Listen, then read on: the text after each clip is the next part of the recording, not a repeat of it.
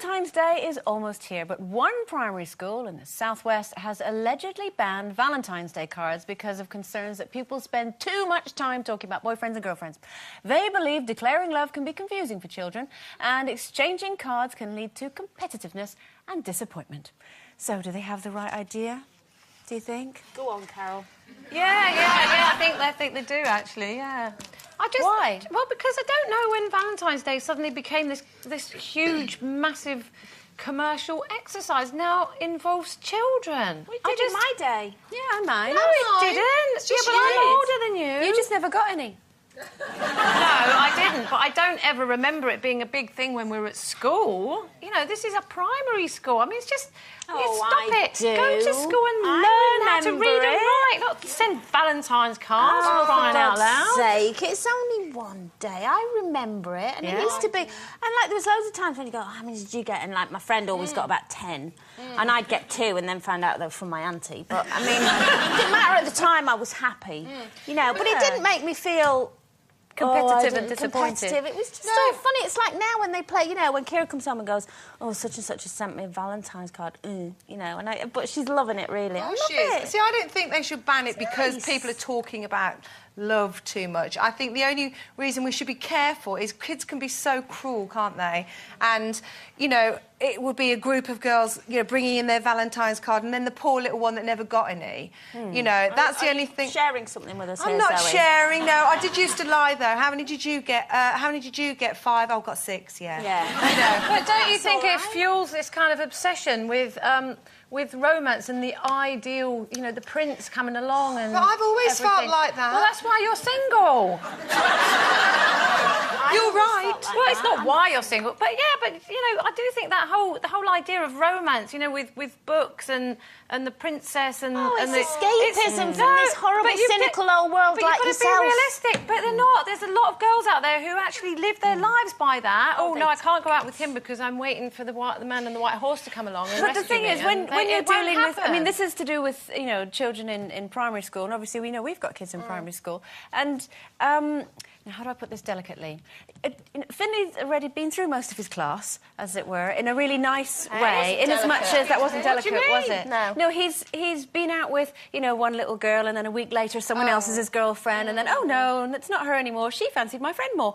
And they're all pretty cheerful and sort of, you know, a lot of it goes over their head, and they just find it fun, you know. I think they're reading too much into it. I was teaching this morning, and my pupil was just standing in front of the door and the postman came and I saw this red envelope come through and I sort of went, excuse me, whoosh, went out and she went, oh, that looks like a Valentine's card. And I went, oh, it does.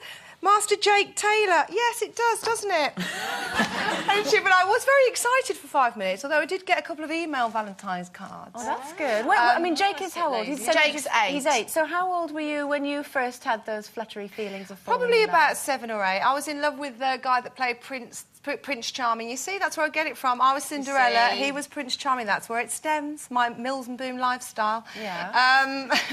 My fantasy. And...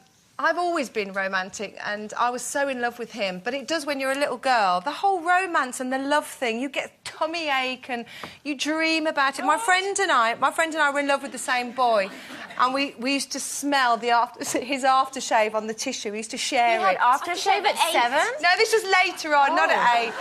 Although Jake's got some little boy aftershave. 8 years, but he sprays it. I know, he's getting there. It's all about the girls already in his hair. Oh, you always have crushes, don't you? Philip Kenny was mine. Yeah. Oh. Mine was Michael. I can't remember his second name. But I remember we used to, you know, you play a lot of hide and seek and stuff when you're that age. I never used to hide, though. No, I just used to hide wherever he was hiding. Hi. No, I just... Hello. And kiss chase. Yeah. Whenever it was his turn to chase, all of a sudden I had a bad leg, I couldn't run. Yeah.